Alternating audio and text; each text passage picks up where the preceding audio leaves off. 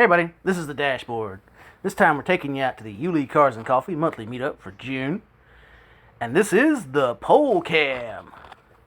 This was a great event. Lots of cars out there. It was a little bit smaller than usual, but it was still okay. May have been because it was Father's Day. It may have been just because it was hot. Don't know. Anyway, we took a lot of video, a lot of pictures. I hope you guys enjoy the video. And don't forget to like, subscribe, comment, and share to keep these videos coming at you.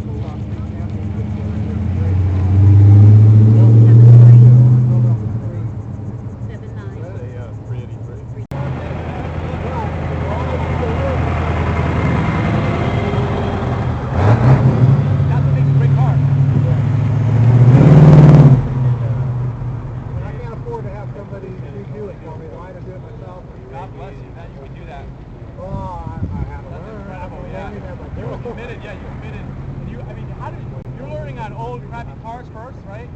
Yeah. See, I never. Yeah, you gotta put the. A couple other aftermarket.